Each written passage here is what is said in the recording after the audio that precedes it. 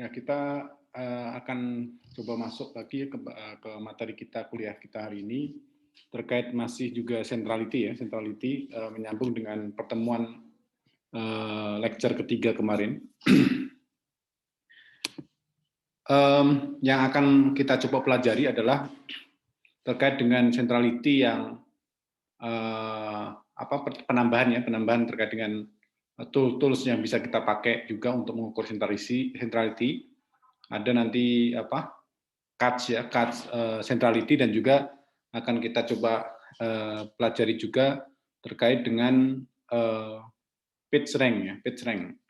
Itu metode yang dipakai oleh Google untuk mencoba menghubungkan antara suatu tautan web dengan web lain ya, seperti itu.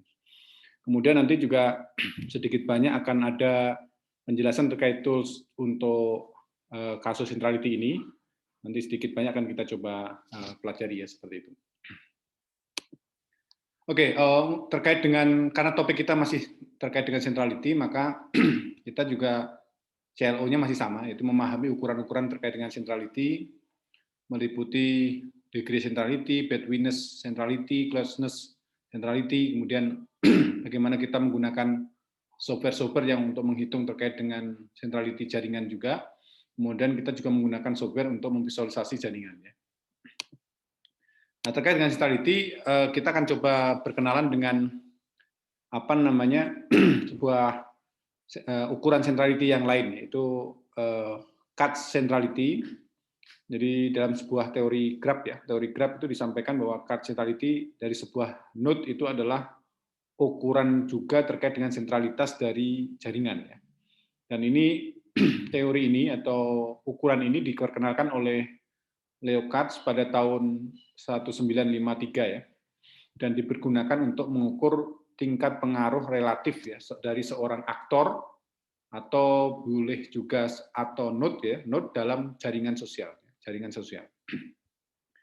Nah, tidak seperti dengan ukuran-ukuran sentralitas tipikal yang hanya mempertimbangkan jarak terpendek. Jadi yang kemarin itu bedwin centrality, closeness centrality, kemudian degree centrality itu adalah mempertimbangkan jalur terpendek atau geodesic ya, antara sepasang aktor. Nah, CATS centrality itu mengukur pengaruh dengan mempertimbangkan jumlah total dari sebuah perjalanan antar sepasang aktor. Jadi dia apakah keluar atau masuk dan sebagainya itu diperhitungkan.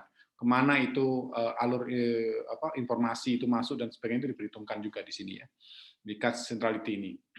Dan sebetulnya ini merupakan perkembangan lain dari eigenvalue centrality ya, kemarin yang kita pelajari yang terakhir itu ya, itu dikembangkan lagi oleh CATS centrality. Nah, masalah utama karena tadi sudah saya bilang bahwa CATS centrality itu memperbaiki terkait dengan sentralitas dari vektor eigen atau eigenvalue. Di sini juga eigenvektor ya. Di sini bahwa masalah utama dari sentralitas vektor eigen itu muncul ketika berurusan dengan graf berarah. Nah, sentralitas hanya melewati tepi keluar, dan dalam kasus khusus seperti ketika melihat sebuah node berada dalam komponen yang dimana sebetulnya bisa saja dia terhubung secara lemah gitu ya. Kemudian sentralitasnya menjadi 0, meskipun node tadi dapat memiliki banyak sekali tepi yang terhubung dengannya. Artinya sebetulnya dia juga berperan penting di situ ya, karena banyak tepi itu artinya kan berarti banyak aliran-aliran yang masuk maupun keluar dari dia kan gitu ya. Makanya di sini untuk menghindari seperti ini, CATS centrality itu mencoba memperbaiki ya. Yaitu di sini dia menambahkan istilah namanya bias atau beta ya, beta ke nilai sentralitasnya untuk semua kode. Jadi centrality CATS tadi itu adalah rumusnya seperti ini, alpha, sigma, AJI, C CATS, kemudian C CAT VJI, kemudian ditambah dengan sebuah koreksi namanya bias beta ya, seperti itu. Nah, ini ukuran-ukurannya ya, yang terkait dengan itu di CATS centrality itu. Kemudian ini gunanya untuk bentuk-bentuk untuk controlling, kemudian ini adalah bentuk-bentuk untuk mencoba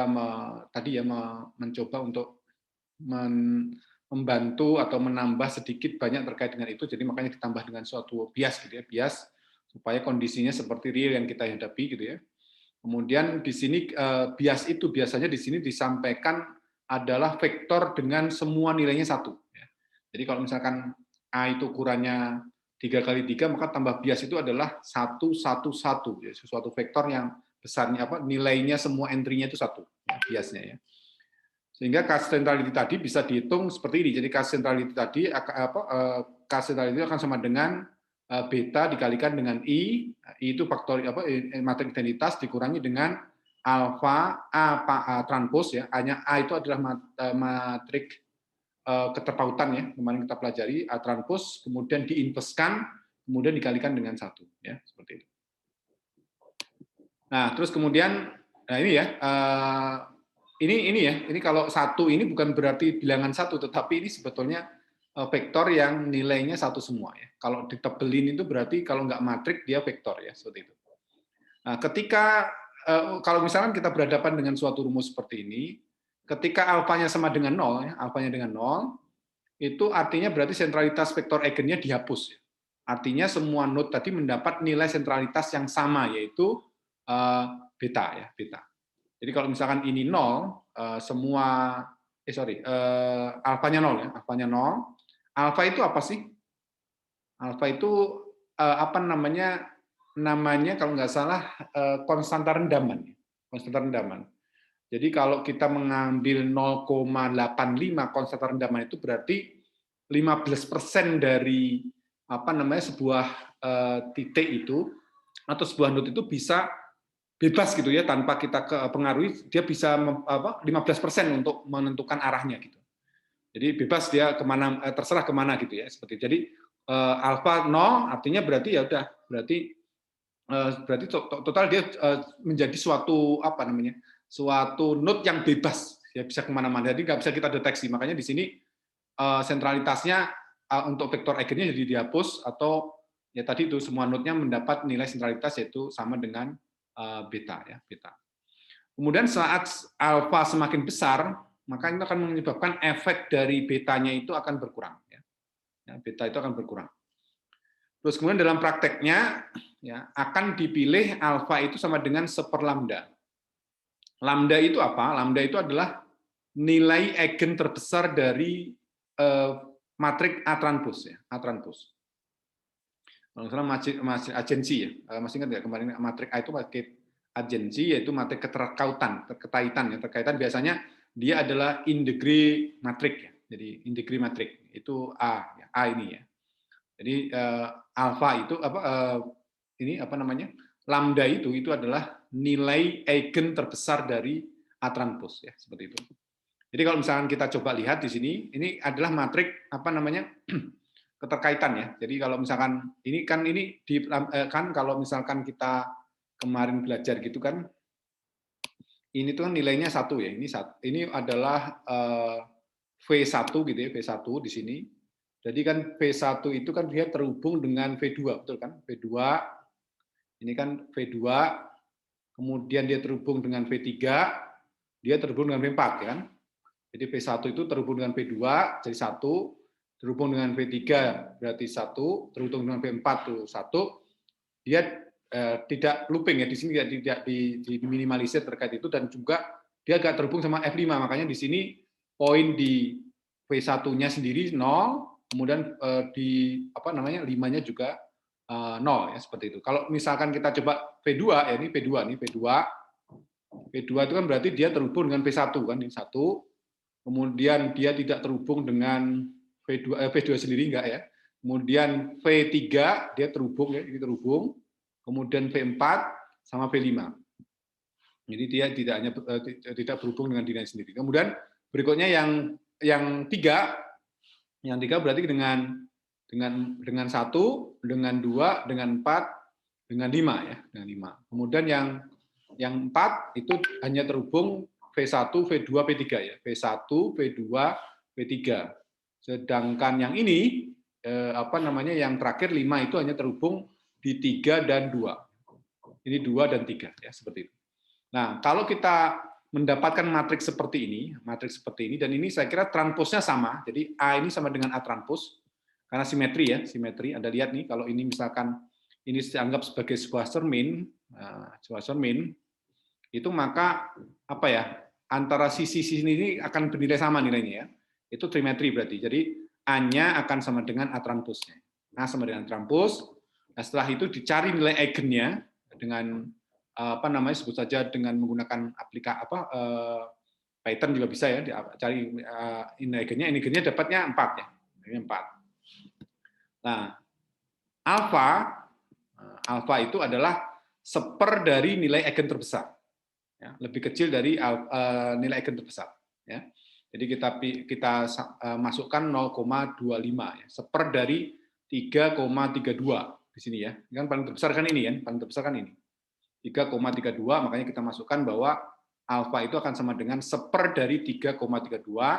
Nah, betanya itu akan sama dengan 0,2. Ini kita pilih dia sama atau lebih kecil ya, boleh aja dipilih ya, dipilih seperti ini. Sehingga apa namanya,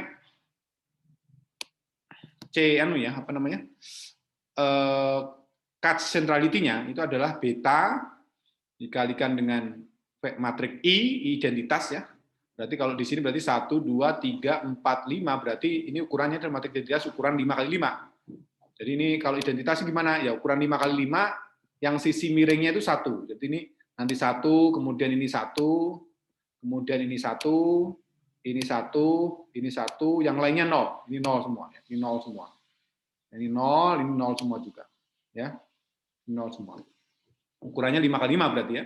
Dikurangi alfa A transpose-nya. Kemudian vektor matriks I dikurangi alfa A transpose itu diinverskan ya, diinverskan. Hasilnya berapa, terus kemudian baru dikalikan beta 0,2 ini, kemudian dikalikan dengan vektor 1. Vektor 1 sehingga akan didapatkan hasilnya seperti ini. Hasil dari centrality-nya. Jadi ini V1-nya segini, centrality-nya ya, cars centrality-nya, kemudian V2 itu segini, kemudian V3-nya segini, nilainya ya, nilai cars centrality-nya ya. V3 dan V4-nya seperti itu ya. Nilainya ya, nilai dari centrality masing-masing node-nya. Node-nya ini 5 ya berarti ya, 5. Ya seperti itu. Oh ya, ini karena sudah terlanjur ya V4 aja deh seperti itu. Nilainya ya, bukan vektornya, nilai dari centrality node 1, node 2, node 3, node 4, node 5 ya, seperti itu. Itu cara menghitung cut centrality ya, seperti itu. Oke, selanjutnya ya, kita lanjut ya. Kita lanjut. Nah, ini contoh lagi ya, contoh lain lagi. Misalkan kita punya keterhubungan seperti ini ya, terhubungan seperti ini. Nah, misalkan ya V1, V2 ini ada vektor berarahnya ya. Kalau tadi kesulitan eigen itu kan berarah ya. Kalau tadi kan bisa kita selesaikan pakai eigen ya dengan gampang sebetulnya. Tapi kemudian yang tadi itu contoh kalau digunakan dengan cast centrality. Tapi untuk vektor yang tidak berarah, graf yang tidak berarah, ini graf yang berarah. Berarah. Jadi kalau misalnya lihat ini V1 itu dia ke V2 dan V3 ya, V2, V3 ya. Kemudian V2 itu ke V3 saja, sedangkan V3 itu nggak ada yang keluar ya, dia masuk semua di sini ya. Jadi 0 semua, kemudian kita transposkan matriknya, kemudian dari sini kita pilih ya, atau kita pilih alfa sama betanya sama di 0,5. Nanti kalau misalkan ini kita coba cari nilai eigennya. Tadi kan alfanya itu karena seper dari lambda. Lambda adalah nilai eigen terbesar dari vektor AT-nya. Udah itu dikerjakan, hasilnya kita dapatkan apa namanya cars centrality-nya itu adalah untuk V1 itu 0,5, V2 0,75, kemudian ini 1,125. Dan kita lihat ya bahwa V3 ini sentral. Kenapa? Karena informasi semua masuk ke dia. Ya, masuk ke dia. Jadi laporan-laporan ini masuk ke dia semua. Ya. Sedangkan V2 dengan V1, V2 ini ada yang masuk, ada yang keluar. Kalau V1 ini keluar semua kan, keluar semua. Jadi nilainya pasti akan lebih kecil dibandingkan kalau misalkan ini V2 ini ada yang masuk, ada yang keluar. Dengan V3 itu kan dia masuk semua. Artinya berarti cars centrality-nya pasti akan lebih besar dibandingkan dengan V2 dan V1. Ini contoh terkait dengan pengukuran centrality, yaitu cars centrality tadi, seperti itu. Ada yang ditanyakan silakan kalau misalkan sambil jalan kita coba ini. Ya. Oke. Berikutnya kita akan masuk kepada itu cara pengukurannya ya, car centrality seperti itu. Nah, kita masuk kepada pitch ring.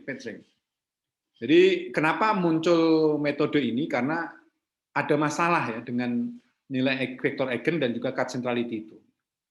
Jadi masalahnya muncul jika ada sebuah node yang menjadi otoritas, artinya sentralitasnya tinggi, kemudian ia meneruskan semua sentralitasnya di sepanjang semua tautan yang luarnya. Jadi pengaruh orang yang berpengaruh itu besar. Jadi kalau misalkan dia berpengaruh sentral, itu kiri kanannya juga akan dapat poin dari dia gitu. Besar juga gitu dapatnya. Makanya kadang-kadang kan nggak juga, mungkin bisa jadi dia nggak dapat juga, sebetulnya nggak terlalu penting-penting juga. Gitu. Tapi di vektor eigen dan car centrality itu katanya, bukan katanya ya, menurut teori ini adalah dia mendapat juga nilai dari sentralitas ini, ya, otoritas yang sampingnya mungkin atau yang terhubung langsung dari satu dan sebagainya. Kemudian ya ini ya, umumnya orang yang dikenal itu artinya berarti dia mempunyai follower yang banyak. Dia kalau men-tweet berarti yang meretweet banyak, yang me-like banyak gitu ya. Itu ibaratnya pastinya banyak mengenal orang ya. Jadi umumnya orang yang dikenal itu kenal baik ya, itu mengenal banyak orang. Tetapi Anda perhatikan bahwa tidak semua orang yang dikenal oleh orang terkenal itu terkenal. Paham nggak maksudnya? Jadi ya karena tadi itu, karena kalau misalkan dia punya sentralitas tinggi, artinya itu dia akan meneruskan ke sentralitas yang lain. Ya, artinya kan berarti nilai dia kan jadi tinggi, nilai sentralitasnya kan. Masalahnya banyak kasus yang dimana kalau dia terkenal itu belum tentu yang di samping kiri-kirinya, kanan kirinya itu juga terkenal gitu. Ya, makanya perlu sedikit ada perbaikan lah di kasus ini ya, seperti itu. Itu masalah yang dihadapi oleh vektor eigen dan car centrality. Untuk mengurangi masalah ini, ya kita dapat membagi nilai sentralitasnya tadi yang diteruskan dengan jumlah tautan yang keluar. Itu bagaimana derajat keluar dari simpul itu sedemikian rupa sehingga setiap tetangga yang terhubung itu mendapat sebagian kecil saja dari sentralitas simpul sumber. Ya tergantung, kalau misalkan dia nantinya akan banyak sekali yang meretweet dia dan kemudian melike dia, jadi sentralitasnya jadi tinggi. Nah, itu kita mencoba untuk menghilangkan itu dulu. Tapi kita mencoba melihat bahwa keterhubungan antara yang sentralitas tinggi dengan yang kiri kanannya. Ini kan kata-katanya juga tidak semua ya. Jadi mungkin ada yang nanti dia menjadi sentral juga di situ ya. Tapi ya pastinya tidak setinggi orang yang memiliki otoritas tadi ya, seperti itu. Nah, pitch ring itu digagas oleh dua orang ini. Anda kenal nggak? Ini siapa nih? Ini adalah Sergey Brin dan juga Larry Page. Kalau Anda kenal Larry Page itu berarti Anda kenal ini ya, Google ya. Nah, Google. Ini dua orang yang pendiri Google. Jadi di sini dikatakan bahwa dia keluar ya dari program PhD dia di Stanford loh ya. Itu keluar untuk mendirikan Google. Kenapa? Karena pada saat penelitian itu dia menemukan sebuah algoritma yang bisa itu tadi melihat kedekatan antara satu dokumen dengan dokumen lain. Ya, namanya pitch ring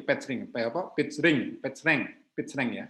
Nah, itu akhirnya dia memutuskan untuk keluar dari itu, kemudian mendirikan Google dan sekarang dari kaya raya, dua orang ini, kaya raya. Jadi padahal sebetulnya apa sih yang menarik dari Google? Anda cuma bisa bayangkan sebuah kotak gini aja, tapi luar biasa ini ya.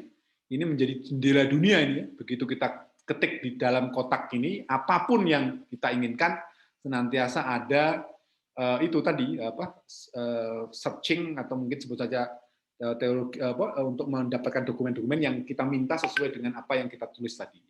Nah, ini dia menggunakan algoritma ini, pitch ring ya, jadi menemukan ini.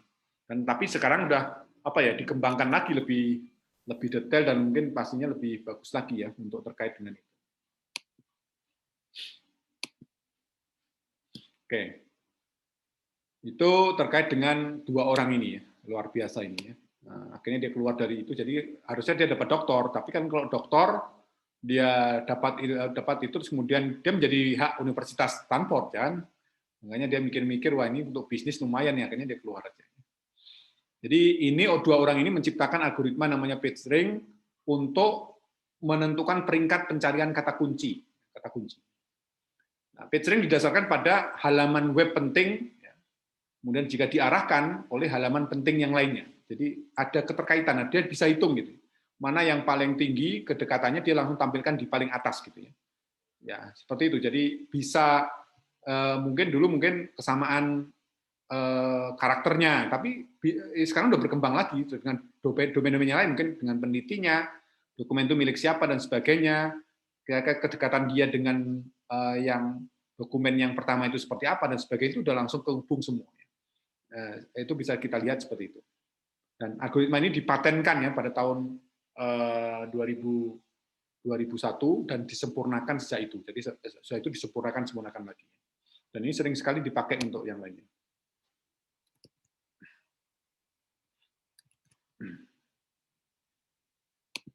Oke, itu algoritma yang kita akan pelajari berikutnya untuk mengukur centrality. Nah, PageRank itu tergantung pada, ini dikatakan sifat demokratis web ya. Jadi antara web satu dengan web lain itu ya ada keterhubungan gitu, dan ada beberapa sifat yang memang diakomodasi. Seperti tadi kan alfanya dimainkan, misalkan kalau alfa 0,85 itu artinya berarti masih ada kesempatan dia untuk dia kemana-mana gitu, 0,15%. Jadi kalau satu total full berarti otomatis ya 0 ya, 0. Dan saya kira itu mengacu kepada dokumen dia itu sendiri kan gitu, seperti itu ya. Jadi sangat tergantung pada sifat demokratis di web dengan menggunakan struktur tautannya yang luas sebagai indikator nilai atau kualitas dari halaman individu ya. Kemudian PageRank juga menafsirkan hyperlink dari halaman I ke halaman J sebagai, ini dikatakan pemungutan suara ya, pemungutan suara. Berdasarkan halaman I untuk halaman J. Artinya berarti ada keterkaitan ya antara itu semua ya, seperti itu, hyperlinknya ya, seperti itu. Namun di sini PageRank itu melihat lebih dari sekedar ya itu ya, kalau kita pemungutan suara buku jumlah suara dan menganalisa halaman yang memberi suara itu. Kalau misalnya dipadankan dengan pemungutan suara tadi ya berarti PageRank itu lebih dari sekedar jumlah suara, tapi juga dia menganalisa terkait dengan halaman-halaman yang memberi suara dia ya, seperti itu. Jadi kemudian voting yang diberikan oleh halaman penting dalam arti important yang dianggap lebih berat dan membantu membuat halaman J lebih penting lagi. Ini pastinya kita akan menggunakan ya sebenarnya sedikit banyak pemikiran yang disampaikan oleh eigenvektor dan juga case study yang kita bahas di depan. Kemudian suara halaman I dibagikan di antara halaman-halaman yang ditunjukkannya. Ya. Jadi halaman J itu akan mendapat sebagian kecil dari suara. Ya, seperti itu. Jadi apa namanya? Ibaratnya seperti itu. Jadi kalau pemilihan suara itu seperti pemungutan suara, berarti hubungan antara PageRank halaman satu dengan yang lain itu bukan hanya sekedar jumlah suara saja, gitu, tapi juga menganalisa halaman-halaman yang memberi suara kepada dia, gitu ya, seperti itu. Dan nanti baru kemudian dihitung ya voting yang diberikan oleh halaman yang penting tadi, terus kemudian membantu untuk membuat halaman yang tadi memberikan suara tadi, yang J tadi menjadi lebih penting. Oke. Kemudian hyperlink dari halaman ke halaman lain adalah transmisi, implisit ektoritas ke halaman target.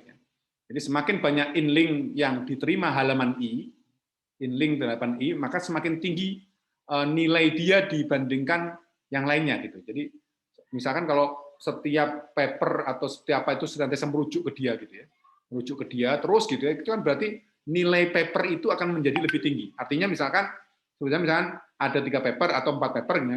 paper pertama itu merujuk paper 1. Nah, paper 1 merujuk paper 2, paper 2 merujuk paper 1 misalnya. Artinya kan berarti yang sentral sebenarnya paper 1, ya kan? Nah, dengan adanya itu ya semakin tinggi dia dikoneksi atau mungkin di link sama yang lainnya, dokumen-dokumen yang lain, pastinya nilai prestis dia akan menjadi tinggi. Artinya di situ digambarkan dengan sitasi dia semakin banyak gitu. Dan biasanya memang kalau kita mensitasi sebuah paper itu memang tidak boleh kita itu mengambil, sebetulnya kalau misalnya itu dari paper, misalkan kan ada misalkan Anda menulis sebuah paper, Lintang misalkan, Lintang menulis tulisan misalkan ini adalah paper yang saya rujuk dari saya, Erwin misalkan. Nah, Anda itu tidak boleh merujuk ke Lintang, tapi merujuknya kalau misalnya Anda pakai rumus itu berarti Anda merujuknya ke saya, bukan merujuk ke Lintang. Ya. Terus kemudian kalau misalkan ada lagi, ya, seterusnya kan yang sering saya jumpain kan begitu ada penelitian lain, sebut saja siapa misalnya Budi ya, Budi merujuk pada lintang, padahal sebenarnya lintang itu sebetulnya mengambil data dari dokumen yang ini. Ya. Harusnya yang lebih prestis bukan lintangnya, tetapi ya data yang dirujuk sama lintang tadi. Kenapa? Karena dia mendapatkan dua ya, lintang dan orang yang tersebut. Jadi, tapi melihatnya dari lintang dulu, dari lihat lintang, oh lintang ini dia ngambil dari paper Erwin. Akhirnya dia melihat paper Erwin. Nah, selama ini yang saya perhatikan tuh kalau Anda melakukan penelitian itu anehnya Anda rujuk itu paper itu gitu. Paper yang istilahnya paper TA atau paper apa yang Anda rujuk harusnya Anda ambil dari yang paling ujungnya gitu. Ya itu yang sebenarnya yang paper yang benar seperti itu. Sehingga dari situ akan bisa. Tapi kalau misalkan tidak seperti itu ya aturannya tadi itu pastinya akan mereport lagi ke paper yang pertama utama yang menjadi rujukan dari lintang tadi. Paper saya berarti ya. Paper saya menjadi skor practice-nya akan naik gitu ya seperti itu. Nah, ini halaman yang mengarah kepada I, itu juga akan memiliki skor prestis tersendiri. Jadi, lintang tadi pastinya juga akan mendapatkan prestis juga. Gitu. Ya. Mungkin dari, sebut saja misalkan, lintang tadi sebut saja, dia bikin paper juga yang merujuk ke saya, terus kemudian dia perbarui sedikit. Gitu. Itu juga sebetulnya, selain dia meningkatkan saya juga, prestis saya, dia lintang juga otomatis naik. Gitu, prestisnya ya. Jadi halaman yang mengarah kepada I juga akan memiliki prestis sendiri. Ya itu tadi kalau misalkan dia memang merujuk kepada paper yang I tadi. Dengan kata lain di sini halaman penting, ya, halaman yang penting yang menjadi prestisnya bagus tadi itu bisa juga diarahkan atau jika diarahkan ke halaman yang penting lain. Jadi artinya percayalah bahwa kalau misalkan kita belajar sesuatu yang luar biasa, misalkan prestisnya bagus, itu kita akan dapat ilmu juga dan juga akan mendapat ilmu-ilmu yang memang bagus gitu. Jadi makanya ini mungkin teori-teori yang mungkin bisa dipraktekkan dalam keseharian, misalkan kalau Anda merujuk sebuah paper atau ingin membuat tulisan yang bagus itu harus merujuk atau mendapatkan sumbernya dari sesuatu yang bagus juga ya. Mungkin Science Direct, sebut saja paper yang kemarin saya sampaikan kepada Anda ya, Science Direct, kemudian IEEE, atau mungkin kalau bisa IEEE Transaction, ACM, dan sebagainya gitu ya. Anda bisa mencari itu. Harapannya itu adalah yang masuk di situ tidak sembarangan orang ya. Artinya berarti ya orangnya terselektif ya. Terselektif papernya masuk ke situ, kemudian diuji oleh banyak orang yang bagus di bidangnya masing-masing, sehingga dari situ akan melihat ya kalau misalnya Anda ambil TA-nya dari situ, itu berarti prestis Anda akan naik. Kenapa? Karena Anda ambil dari sumber yang memang prestisnya bagus gitu ya, seperti itu. Nah, ini beberapa hal terkait dengan web ya. Web itu dipandang sebagai grab berarah ya, grab berarah.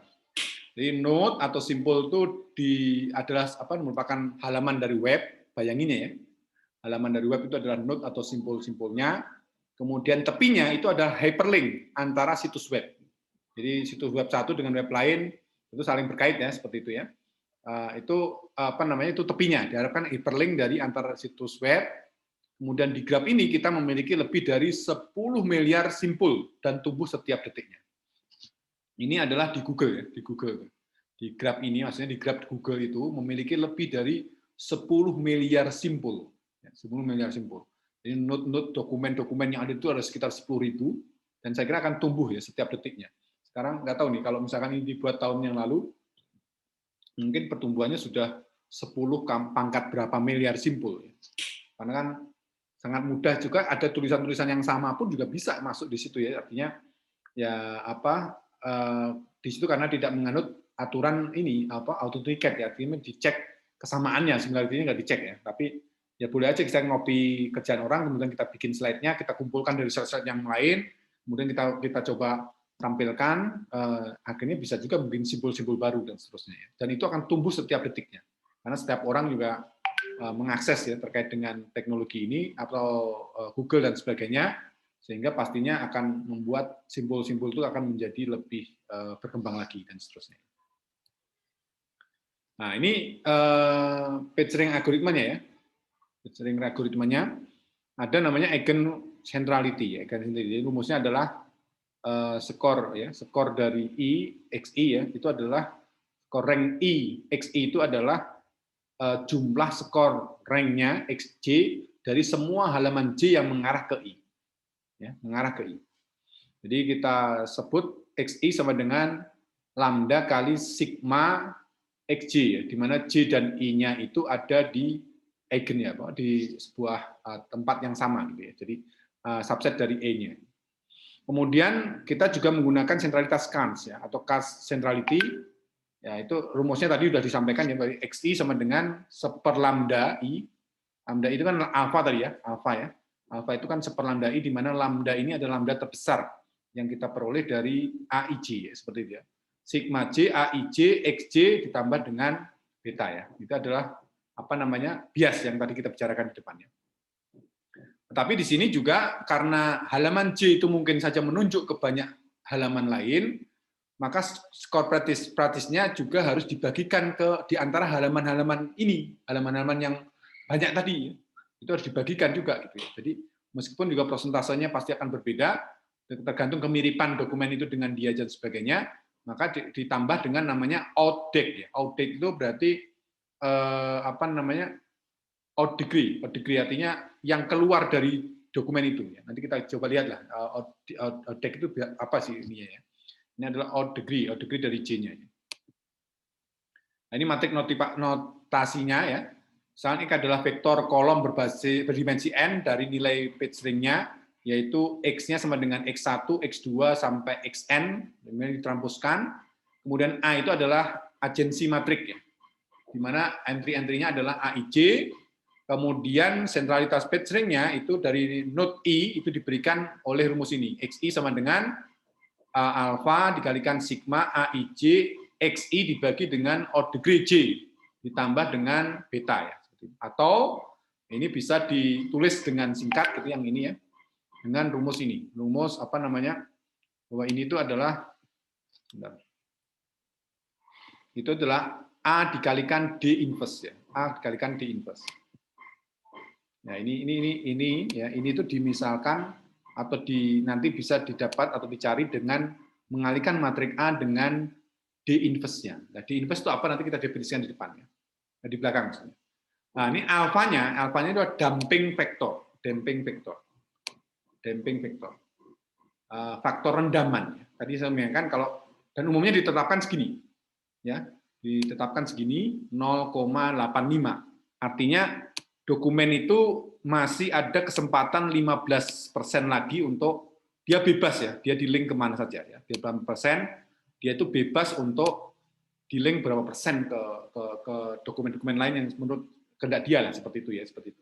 Jadi dikasih sifat demokrasi 15% tadi, ya, seperti itu, ya.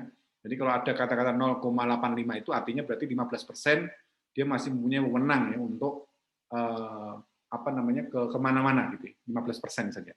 Dan itu bisa diatur-atur, ya, terserah tergantung Anda maunya seperti apa. Oke, seperti itu. Nah, kita nanti akan coba lihat perhitungan-perhitungan di inverse-nya nanti di belakang, ya, kita lihat. Oke, berikutnya, ya, masih terkait dengan matrik notasi tadi. Jadi di sini sentralita page string-nya itu dari node I itu diberikan oleh rumus yang sederhana, yaitu X sama dengan alfa A D inverse kali X, ya, ditambah dengan beta, ya, beta. Bentar. Ya. Dengan lambda adalah damping factor tadi, ya, secara umum alfanya sama dengan 0,85. Nah, kita akan coba lihat lagi, diingat-ingat lagi terkait dengan sentralitas dari vektor eigen. Jadi AX itu vektor matrik, ya, matrik kali dengan XT itu vektor eigen, ya. Lambdanya itu adalah nilai eigen, X-nya itu vektor eigen. Jadi Anda bisa bayangin matrik yang ukurannya besar, sebut saja 100 kali 100 itu bisa dilambangkan dengan hanya lambda. Lambda itu bilangan, ya. Bilangan dikalikan dengan sebuah vektor. Nah, kalau memenuhi syarat seperti ini berarti apa? Bahwa lambda tersebut disebut sebagai nilai eigen dari A, sedangkan X-nya itu disebut sebagai vektor eigen dari A. Ya. Nah, ini juga bisa ditulis seperti ini. Jadi X tadi, ya, X tadi itu akan sama dengan 1/, dari lambda I, lambda 1, ya, 1/, dari lambda 1, jadi dibagi ke sana, ya. 1/, dari lambda 1 A XT. Ya, jadi bisa ditulis seperti ini. Nilai A-nya kecil, mendekati 0, itu artinya berarti kontribusi yang diberikan oleh jalur yang lebih panjang dari suatu lompatan itu adalah kecil, sehingga skor sentralitasnya terutama dipengaruhi oleh derajat. Kemudian kalau nilai lambdanya besar, mendekati 1 per lambda 1, itu memungkinkan bahwa jalur panjang itu untuk dievaluasi ya, dengan lancar, dan skor sentralitasnya dipengaruhi oleh topologi dari grafnya. Kemudian rekomendasinya dipilih lambdanya itu antara 0 sampai 1 per lambda 1. Dengan artinya sentralitasnya yang berbeda, yaitu lambda itu sama dengan 1 per lambda 1. Lambda 1 lambda maksimal dari lambda terbesar dari A-nya ya. A-nya defaultnya itu biasanya adalah 0,85. Defaultnya 0,85. Defaultnya seperti itu. Jadi kalau misalnya kita tidak menambah merubah nilai alfanya, berarti itu dari default 0,85 ya, seperti itu.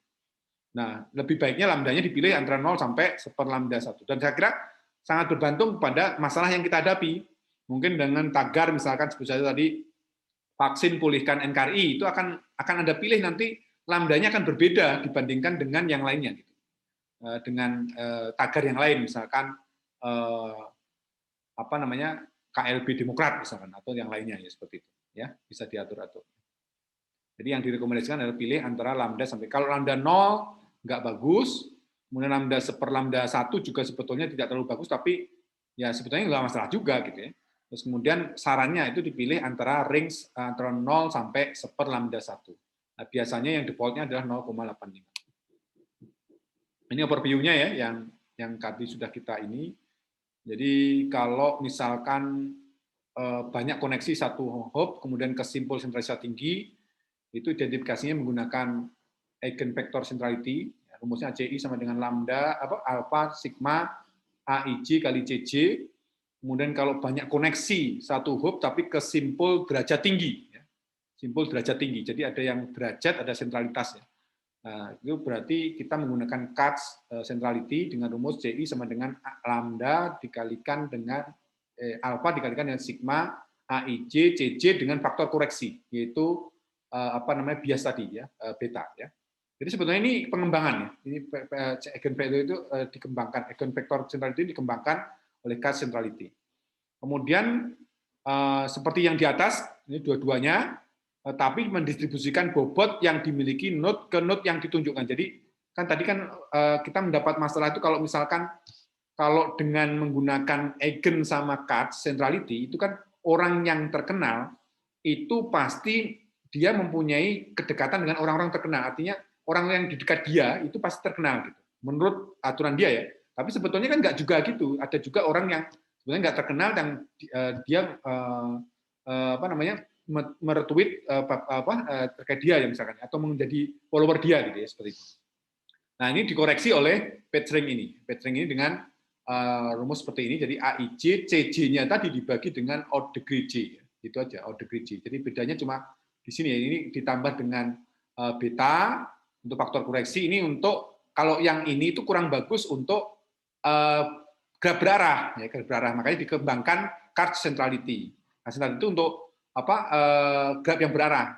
Kemudian diperbaiki lagi oleh ini karena tadi itu antara node dengan node yang lain itu ya saling mendistribusikan bobot dan tidak sama di situ ya, seperti itu. Jadi mungkin dengan si A misalnya connect dengan saya centralitasnya tinggi, mungkin kalau misalkan si A itu bisa saja saya kasih bobot berapa, beda dengan misalkan dengan B dan C dan sebagainya, tergantung ya tadi itu ukuran dari yang kita bisa hitung dari odd degree-nya seperti itu ya.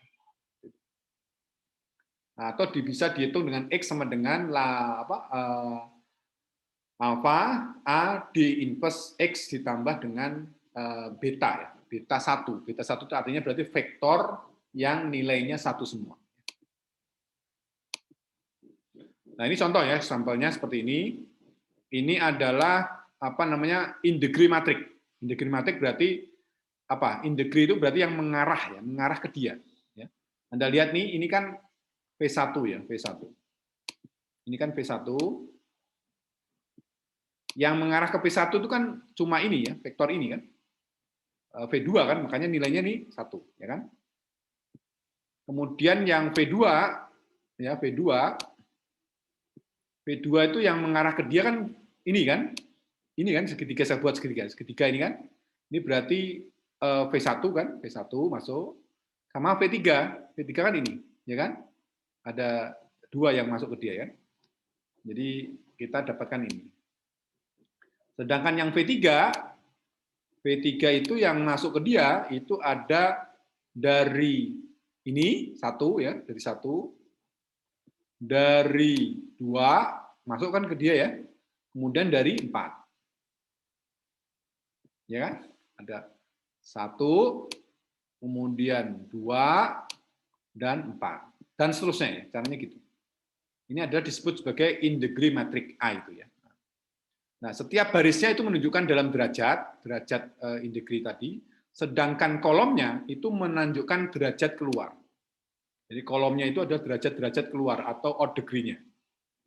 Derajat odd degree-nya. Ya. Kita lihat yang ini ya, odd degree ini. Ini kan kolomnya ya. Ini kan V3 kan? Ini V3. Ini kan V3 ya, V1, V2, V3 kan? Nah, V3 yang masuk ke dia, yang keluar dari dia kan berapa? Masuk ke yang keluar di dia kan cuma kedua aja kan? Ini kan keluar nih. Kan yang 3 ini kan yang panah ke arah dia kan 1, 2, 3, sedangkan yang keluar itu kan hanya kedua. Makanya di sini Anda lihat yang V3 ini dia ada nilai di sini.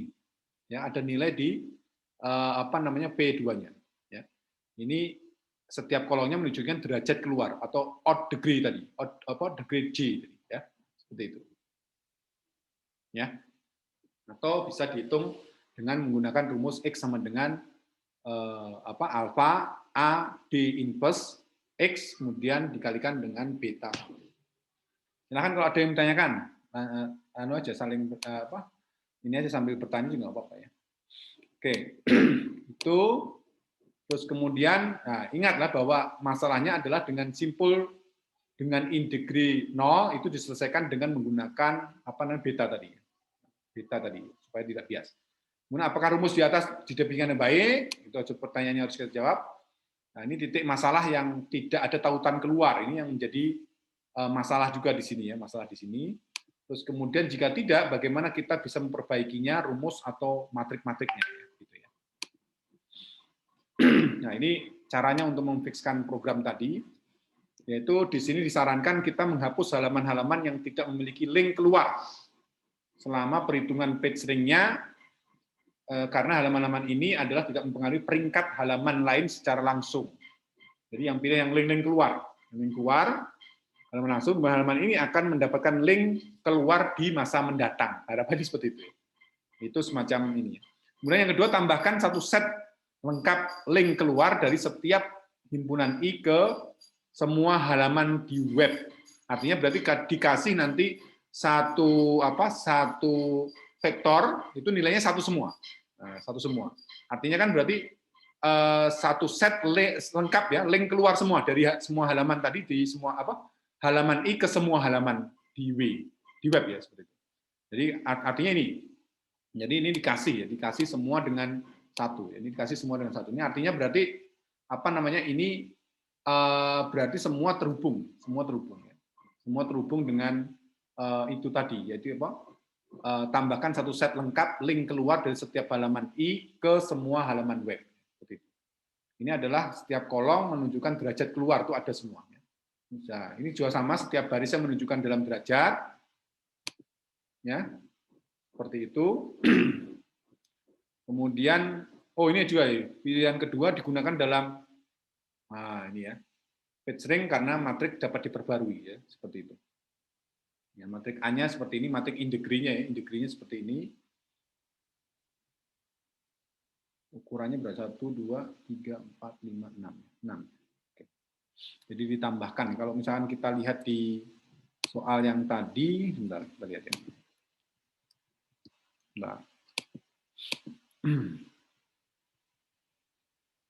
Nah ini kan di sini kan 0 ya, 0 semua.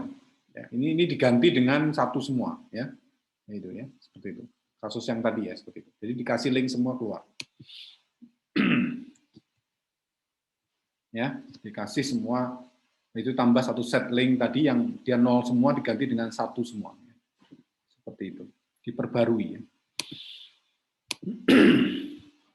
Oke.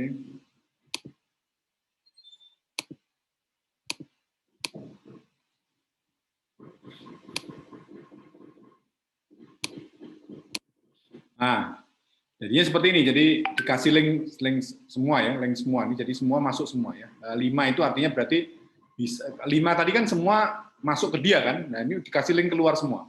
Jadi 5 bisa ke 6, bisa ke 4, bisa ke 2, bisa ke 3, bisa ke 1. Sehingga tadi matriknya jadi yang tadi itu, yang 111 itu untuk mengganti yang tadi itu. 5 itu kan dia tidak ada yang keluar dari dia kan. Makanya dikasih 1 semua ya. Seperti itu. Nah, di sini kita sama dengan tadi integrate matrix tadi seperti itu. Terus kemudian X-nya adalah alpha A D inverse X ditambah beta 1 gitu ya. Terus kemudian dari situ di satunya itu adalah inverse dari out degree matrixnya. Jadi D inverse itu adalah inverse dari out degree matrix. Jadi kalau Anda bikin out degree-nya, in degree-nya kan, in degree-nya Anda bikin out degree-nya. Out degree-nya. Ya. Caranya berarti ya 1 tadi yang keluar ke yang 1 itu keluar kemana? Kalau tadi kan yang ini kan 1 masuk kemana? Kan ini V1 kan yang masuk ke V1 berapa? V1 ya V2 kan, berarti V2 sama V5 tadi kan dipaksakan dia ditambah lagi kan, ditambah dengan bahwa ada 1 atau semua disuruh keluar semua dari 5 itu ya ke situ ya. Jadi itu jadinya seperti ini.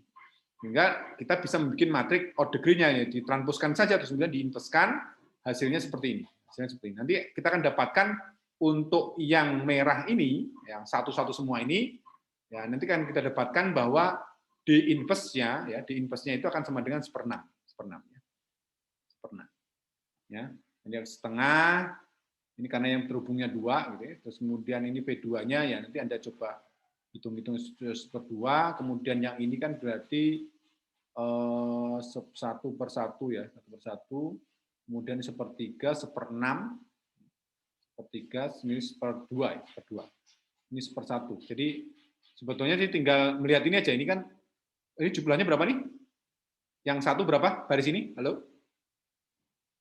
Kolom ini berapa? Jumlahnya berapa? 2, Pak. 2, Pak. Jadi setengah ya kan? Yang ini berapa? 2. 2 setengah lagi ya, 1/2-nya. Ini berapa nih yang kolom 3? 1, Pak. 1, jadi 1/1 ya. Kemudian yang ini berapa? 3 ya, jadi 1/3. Yang ini 1, 2, 3, 4, 5, 6, jadi 1/6. Kemudian yang paling terakhir ini jadi 1/2. Jadi seperti ini. Jadi sebetulnya mencari D inverse-nya itu tinggal menjumlahkan ini kemudian diseperkan saja. Ya. Caranya sebenarnya mudah, tapi nanti programnya gimana itu paling nanti kita mencari inverse dari out degree dari matriknya. Tapi sebetulnya kalau kita perhatikan ini sebenarnya lebih gampang ya, kita masukkan aja ke sini seperti itu. Itu matrik D inverse-nya ya. Nah, ini adalah formulanya ya, formulanya seperti ini. Jadi dengan mengalihkannya dengan itu kita akan mendapatkan matrik yang yang bisa ini artinya menangkap derajat masuk dan keluar per simpulnya, kemudian yang bisa menangkap sentralitas setiap simpul dengan derajatnya. Ya. Jadi kalau misalkan kita coba kalikan matrik A tadi dengan D inverse-nya, itu akan didapatkan matrik seperti ini. Ya. Jadi dikalikan itu matrik yang tadi itu dikalikan. Jadi A dikalikan D inverse-nya. Itu hasilnya akan seperti ini. Ya. Hasil kalinya. Nah, ini adalah yang D inverse itu adalah odd degree matriknya, sedangkan A-nya itu adalah in degree matriknya. Ya. Kemudian ya ini ada perhitungan lagi transisi dari probabilitas matriknya. Jadi matrik A D inverse itu dimodifikasi dengan matrik namanya probabilitas transisi keadaan. Sebut saja entry-nya adalah seperti ini, PIJ gitu ya, di mana PIJ-nya itu merupakan probabilitas transisi dari server di state I, dari halaman I yang akan berpindah ke state J, halaman J. Jadi seperti itu. Oke, nah, ini contoh-contohnya ya, misalkan contohnya misalkan ini ada sebuah page, ada page 1, page 2, page 3, page 4 gitu ya, terhubungannya seperti ini. Jadi P1 ke P2, kemudian dari 2 ini bisa ke 3 ke 4, dari 4 bisa ke 3 ke 1, terus kemudian 1 itu bisa ke 4, kemudian 3 itu bisa ke 1, bisa ke 2, dan sebagainya. Kita akan coba hitung terkait dengan centrality masing-masing. Ya. Centrality, misalkan dokumen 1 dengan dokumen 2 berapa, 1 dan 3 berapa, dan seterusnya. Nah, kita akan coba lihat PIJ itu ada merepresentasikan probabilitas transisi bahwa server di state I, halaman J itu akan pindah ke state J. Ya. Jadi kalau kita lihat di sini, A, D inverse itu akan sama dengan PIJ. Ya, PIJ itu berarti 0, sepertiga, sepertiga, sepertiga. Ini apa ini? Apalagi ini ya? Jadi kalau kita lihat 0 itu ya, 1 ya, V1 atau 1 ini. 1 ini kemana dia? Ya? Dia kan yang masuk hanya 3 ya, dari 3 itu 1, betul? Dari 3, 1, kemudian dia masuk lagi dari 4, nih, setengah ya, betul nggak? Jadi ini makanya vektor yang pertama itu 0, 0, 1, setengah. Jadi yang masuk ke dia ini 1, ini dari 3 ke 1, itu 1 nilainya merah ini. Kemudian berikutnya dari 4 ke 1 itu setengah. Kemudian yang V2 itu berarti masuk dari V1 ya. V1 itu sepertiga, ini sepertiga. Hanya itu aja ya, yang lainnya nggak ada ya masuk ke dia ya. Hanya V1 jadi sepertiga saja. Kemudian untuk yang apa namanya V3 itu yang masuk ke dia itu ada dari 1 sepertiga, kemudian dari 2 ini nilainya setengah, kemudian dari 3 sendiri nggak ada, kemudian dari 4 itu setengah, 4 setengah. Jadi barisnya adalah setengah, sepertiga, setengah, 0, setengah. Kemudian berikutnya yang dari 4 itu berarti yang masuk ke dia itu dari 2, dari 1 dulu ya. Dari 1 ini sepertiga, kemudian dari 2 ke 4 itu adalah setengah, kemudian habis itu nggak ada lagi yang masuk ke 4 ya, cuma itu aja yang bisa ini. Ya, itu beberapa contoh ya, PIJ itu merepresentasikan seperti itu. Jadi transisi, probabilitas transisi, atau mungkin kalau misalnya kita bisa lihat juga kolom-kolomnya ya. Kolom-kolom V1, kolom V1 itu berarti apa? Yang odd degree dia itu berapa? Sebentar. Berarti V1 nih ya, V1 berarti yang ini ya, berarti odd degree-nya berarti berapa? Berarti dia kedua ya, kedua odd degree-nya keluar dari 1 kan setengah, sepertiga. Keluar dari ketiga itu sepertiga juga, kemudian keluar keempat sepertiga juga. Makanya 0, sepertiga, sepertiga, sepertiga. Jadi tadi sudah dibilang bahwa kalau yang kolom ini adalah menggambarkan terkait dengan dia keluar kemana, pindah ke state mana. Jadi transisi bahwa berarti kalau yang ini berarti state 1 itu halaman I1 itu akan berpindah ke state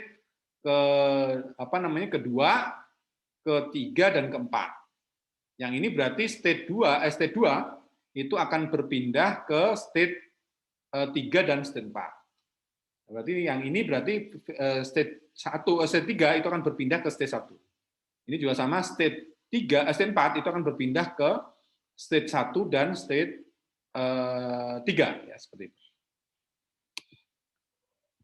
Nah, ini juga ada semacam definisi baru namanya random solver ya. Solver setiap halaman memiliki probabilitas yang sama, yaitu 1/4 untuk dipilih sebagai titik awal. Jadi kita pilih titik awalnya itu 1/4, probabilitasnya 1/4. Karena 4 jadi 1/4. Kalau bentuknya 5 ya berarti 1/5. Jadi 1/4 itu artinya supaya jumlahnya 1. Jadi nilai awal ya, nilai awalnya. Nanti pastinya kan ada iterasi. Dari iterasi nanti akan muncul nilai yang didapatkan V-nya itu sesungguhnya berapa. Jadi nilai masukan seperti itu, kemudian dikalikan dengan A-nya, kemudian dikalikan dengan A kuadratnya, dikalikan dengan pangkat 3-nya, pangkat 4, pangkat 5, pangkat 6, pangkat 7, pangkat 8. Akhirnya didapatkan nilai seperti ini. Ini kenapa kok berhenti sampai sini? Karena nilainya sudah sama. Ya. Antara A7 dan V dengan A8 berarti itu sama nilainya. Ya. Ini kan masih sama janjinya. Oh, ini belum ya. Ini 35, 13. Ini masih 13 kan? Ini 39 udah sama. Ini 11, 12 belum ya, masih berbeda. 29 dengan 28, 19 dan 19 sudah berhenti ini ya. Begitu lanjut lagi berarti 38 dari 39 ke 38, 13 ke 13 oke, 28 ke 29, kemudian 1/9 ke 2/9 ya, selesai ya, sudah sama nih. Jadi A7 V-nya jadi 38, 12, 29, 19. Begitu kita kalikan lagi dengan A lagi, jadi A8, itu berarti nilainya sudah sama. Ya, kalau nilainya sama berarti berhenti. Hasilnya berhenti. Di situ berarti di sini mengatakan bahwa halaman I yang akan dikunjungi ke setiap sebuah langkah ya, cascade-nya, yaitu random server yang berakhir di halaman I sama dengan entry ke I dari A pangkat K dikalikan X. Nah, di mana urutan-urutan iterasinya dari V kemudian AV, ini sebetulnya AV nih, V-nya di atasnya AV, kemudian seterusnya A kuadrat V, A pangkat 3V, A pangkat 4V, dan seterusnya sampai AK kali V, itu cenderung kepada suatu nilai yang tetap ya. Di langkah ke-8, yaitu nilainya adalah 0,38, 0,12, 0,29, dan 0,19. Ya. Nah, sehingga di sini bisa kita atur-atur seperti itu. Jadi nilai A-nya, jadi ini itu akan berhenti pada step yang ke-8 gitu ya, seperti itu. Terus kemudian ini adalah sebuah gambaran ya terkait dengan ya hubungan internet yang kecil gitu ya, yang di mana consisting atau terdiri dari 4 web. Pastinya kan tadi sudah dikatakan bahwa untuk pada waktu dia menerbitkan buku itu 10 miliar web. Artinya berarti bentuk ininya akan menjadi V-nya pastinya akan bentuknya 10 miliar ya kali. Jadi 10 miliar, terus kemudian dilakukan kira-kira berapa kali itu akan membuat sama, nah itu dihitung sebagai tadi itu ya random solver-nya tadi ya seperti apa gitu ya. Berakhir di halaman berapa gitu ya, seperti itu. Dan seterusnya. Jadi ini kalau 4 web aja seperti ini cara perhitungannya. Kalau misalkan Anda bayangkan tadi 10 miliar gimana gitu. Jadi makanya operasi matrik itu akan menjadi luar biasa kalau 1 juta kali 1 juta matrik, ukuran matrik 1 juta kali 1 juta, itu akan menjadi menarik. Pastinya akan membutuhkan udah masuk big data ya, big data, terus resource-nya pastinya sangat banyak. Lalu ada HPC gitu ya, HPC di mana peripheral yang tidak digunakan itu kita bisa manfaatkan untuk mengolah data kita seperti itu ya. Itu terkait dengan probabilitas tadi ya. Nah, ini diperbaiki ya, diperbaiki di mana ini ada perbedaan-perbedaan ya terkait dengan sigmanya tadi ya. Sigmanya itu ada perbaikan-perbaikannya. Terus kemudian di sini juga deskripsinya juga berbeda sedikit ya terkait nanti coba Anda bandingkan dengan yang sebelumnya ya. Sebelumnya tadi kan ada overview juga, nah ini overview yang sudah diupdate dengan penambahan-penambahan tadi probabilitas, terus kemudian ada penambahan-penambahan yang lainnya seperti itu. Nah, ini beberapa catatan di sini ya. Di dalam buku Newman itu memberikan bahwa XI itu adalah alfa dikalikan dengan matrik AIJ, kemudian XJ dibagi dengan odd degree dari J-nya ditambah dengan betanya gitu ya. Dengan alfa itu adalah damping vektor yang mana dapat diatur antara 0 sampai 1 atau nilai eigen terbesar seper dari lambdanya, atau defaultnya biasanya 0,85. Defaultnya 0,5. Nah, ini adalah rumus Petring aslinya ya, seperti ini rumusnya, di mana D-nya itu sama dengan ini, lambdanya itu adalah D itu, ada damping vektor juga. Nah, biasanya D-nya itu langsung di state bahwa 0,85 sebagai defaultnya. Kemudian di GAPI, nilai defaultnya untuk probabilitas itu adalah 0,85, epsilon itu adalah kriteria untuk konvergensi vektor eigen berdasarkan metode-metode pangkat yang digunakan.